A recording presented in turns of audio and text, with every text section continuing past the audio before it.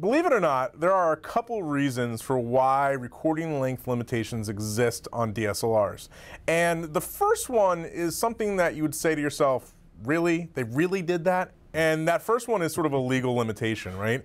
In lots of different markets across the world, devices, electronic devices such as cameras, are classified for tax reasons, right? So if you have a camera that is a photo camera, it's taxed differently than, say, a video camera.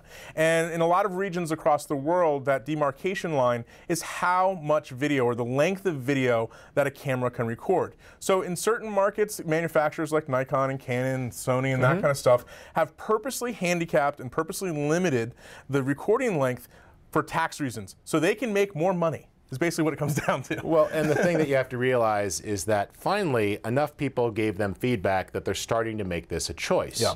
Now, the issue here is if the camera gets classified one way or another, it's going to affect import taxes. It's going to affect the fees that they have to pay to get that in the country.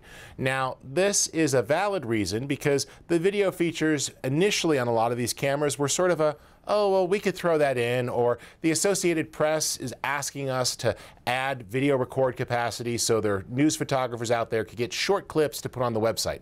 Video on DSLRs was really an accident. It was driven by consumer demand and the low end of the market. Now, what was surprising is how the high end of the market and the mid-range of the market embraced it as a creative tool to empower them. Not saying that this is going to replace the need for an Alexa or a Red, but this is a highly disposable camera that gets used on lots of film sets, lots of TV sets.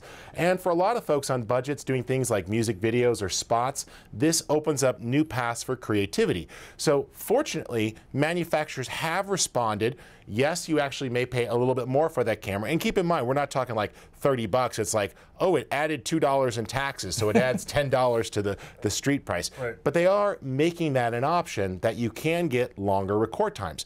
But even though you can get longer record times, there's still, you say, well, why can't I record forever? Well, there's still a limit for some technical reasons, right? Yeah, totally. And those technical reasons are actually multifaceted. You know, the first one is really the simplest, and that is sort of the file system that the camera card that's being employed in the card uses. So whether it's FAT32 or, you know, some other sort of format for the card.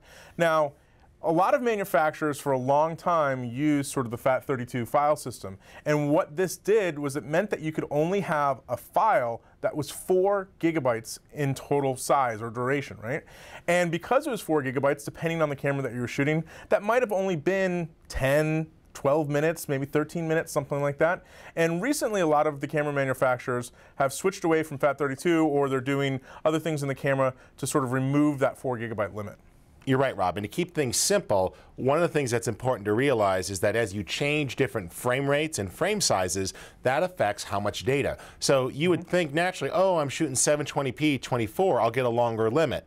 Well, it was easier for the manufacturer to not have to do that dynamic math and say, oh, with this frame rate, this is the record limit, this is this. They just said, oh, what is the maximum record time if somebody's doing 1080p, 30 frames a second, or 60 frames per second, and they set the cap.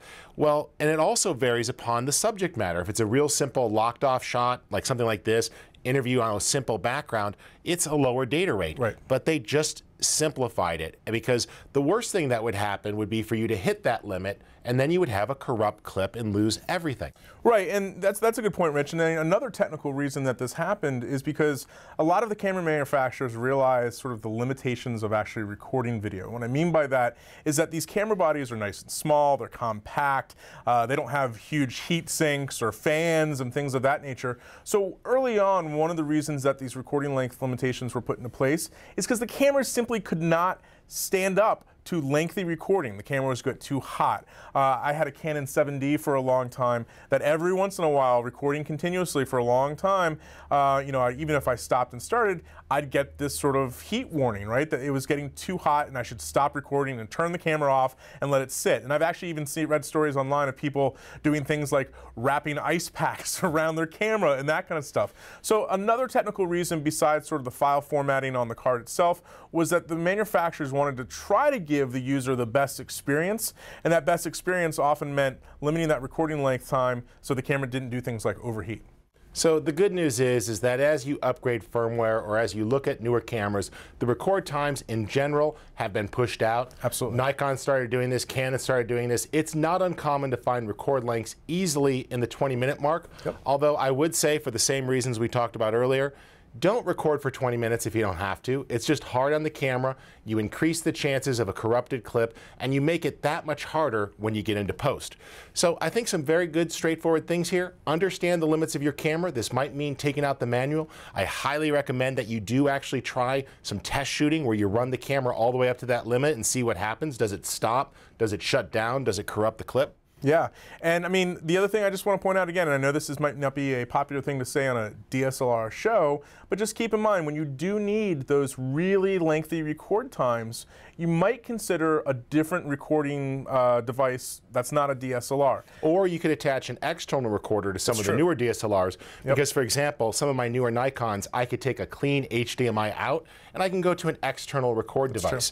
But yeah, not every camera is the right one. Sometimes I'm using a GoPro, sometimes I'm using a Red. It depends on the budget, it depends on the shoot. Now, we love these cameras. These cameras and many others do have record limitations. A lot of times the way they're getting around that is they are now starting to write multiple files, but then it gets stitched back together when you import. So make sure you get familiar with the tech that you have. My name's Rich Harrington. And I'm Robbie Carmen. And we'd like to thank you for joining us.